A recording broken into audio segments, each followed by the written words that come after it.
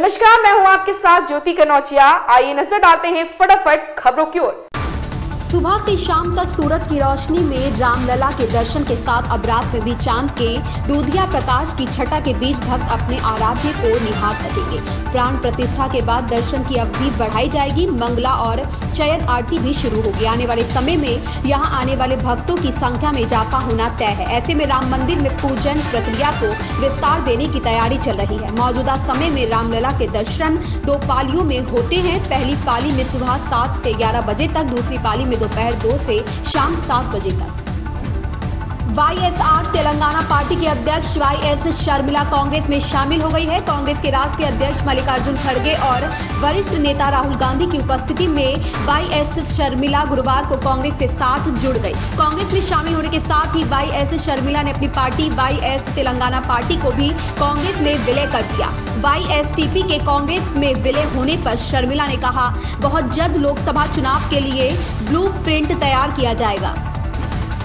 Corona का नया variant JN.1 Bharat सहित दुनिया के कई देशों में बढ़ता हुआ रिपोर्ट किया जा रहा है। मीडिया रिपोर्ट्स के मुताबिक चीन सहित कई अन्य देशों में कोरोना के कारण अस्पतालों में भीड़ बढ़ी है। संक्रमितों की मौत के भी मामले सामने आ रहे हैं। भारत के नजरिए से देखें तो यहाँ पिछले 20 दिनों से रोजाना औसतन 500 लोगों में संक्रमण की पुष्टि की जा रही है। केंद्रीय स्वास्थ्य मंत्रालय द्वारा गुरुवार को जारी आंकड़ों के मुताबिक देश में 760 नए लोगों में संक्रमण की पुष्टि की गई है। दक्षिण अफ्रीका के खिलाफ केप टाउन में दूसरे टेस्ट के पहले दिन मैदान पर विराट कोहली छाए रहे। फील्डिंग से लेकर बल्लेबाजी तक पूर्व में भारतीय कप्तान का जलवा देखने को मिला।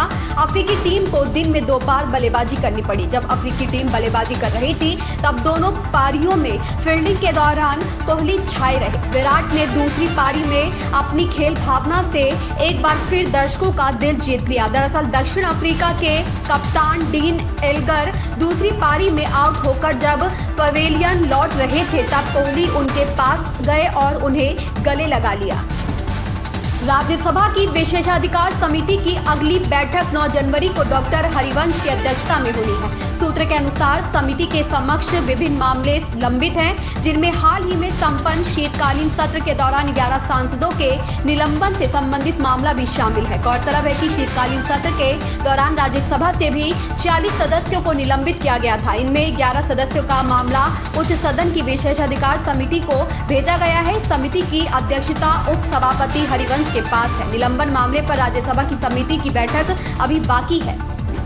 भाजपा अध्यक्ष जेपी नड्डा समेत राज्यसभा से जुड़े सभी बड़े दिग्गज लोकसभा चुनाव मैदान में नजर आएंगे। पार्टी ने ऐसे ज्यादातर दिग्गजों को उनके मूल राज्य से ही चुनाव मैदान में उतारने का फैसला किया है। नड्डा के अपने गृह राज्य हिमाचल प्रदेश से ही चुनाव लड़ने की चर्चा है। 3 बार के विधायक और राज्यसभा में अपना दूसरा कार्यकाल पूरा करने जा रहे नड्डा का यह पहला लोकसभा चुनाव होगा। पार्टी सूत्रों का कहना है कि राज्यसभा के दिग्गजों के मैदान में उतरने से लोकसभा चुनाव में भाजपा के पक्ष में वातावरण बनेगा। वे इसलिए कि वर्तमान मोदी सरकार में कई वरिष्ठ मंत्री राज्यसभा के सदस्य हैं।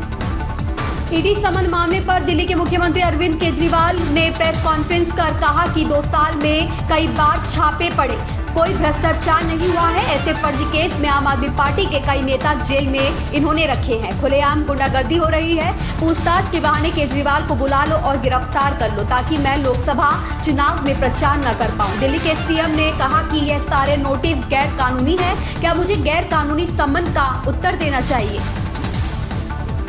राम द्वारे तुम रखवारे, होत ना आज्ञा बिनु पैसारे। पीएम नरेंद्र मोदी इसे सिद्ध करके ही 22 जनवरी को श्री राम जन्मभूमि में प्रवेश करेंगे। मान्यता है कि अयोध्या में हनुमंत लला यहाँ के राजा के रूप में विराजमान है। बिना उनकी अनुमति के यहाँ कोई शुभ काम नहीं होता है। इसी मान्यता के चलते प्रधानमंत्री सबसे पहले हनुमंत लला के दरबार में हाजिरी लगाएंगे, उनसे अनुमति लेंगे, फिर रामलला की प्राण प्रतिष्ठा के लिए राम जन्मभूमि प्रस्थान करेंगे।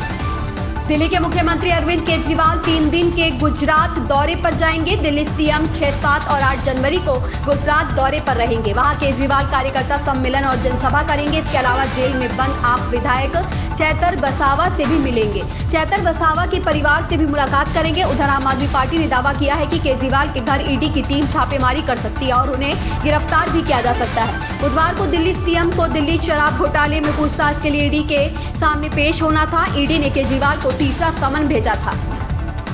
निर्देशक सिद्धार्थ आनंद की फिल्म फाइटर में पहली बार अभिनेता ऋतिक रोशन और अभिनेत्री दीपिका पादुकोण की जोड़ी नजर आएगी। फिल्म में ऋतिक और दीपिका वायुसेना के पायलट की भूमिका निभा रहे हैं। पठान जैसी ब्लॉकबस्टर फिल्म निर्देशित कर चुके सिद्धार्थ आनंद की इस ताजा फिल्म को लेकर ऋतिक और दीपिका के प्रशंसकों में काफी उत्सुकता देखी जा रही है। फिल्म के टीजर और गानों में दीपिका पादुकोण और शाहरुख खान के बीच जबरदस्त केमिस्ट्री देखने को मिली है, लेकिन दीपिका की तारीफ इस बात के लिए भी होती है कि वह किसी एक सितारे के साथ ही कमाल नहीं करती है। उनके धमाल दर्शकों ने और सितारों के साथ भी खूब देखे हैं। इन खबरों में बस इतना ही। बने रहें हमारे साथ।